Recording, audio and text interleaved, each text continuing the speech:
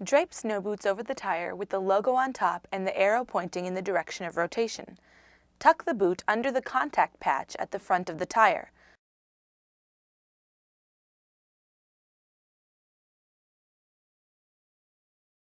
Drive forward a few feet so that the split in the boot moves to the top of the tire.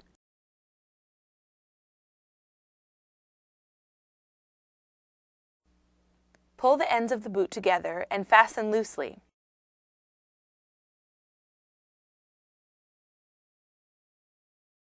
Drive forward a few feet so that the split in the snow boot is at approximately the 2 o'clock position.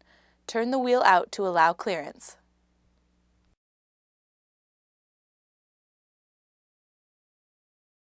Peel the hook and loop apart, fold the outer pad back, and pull tightly around the tire, and then latch the fastener again.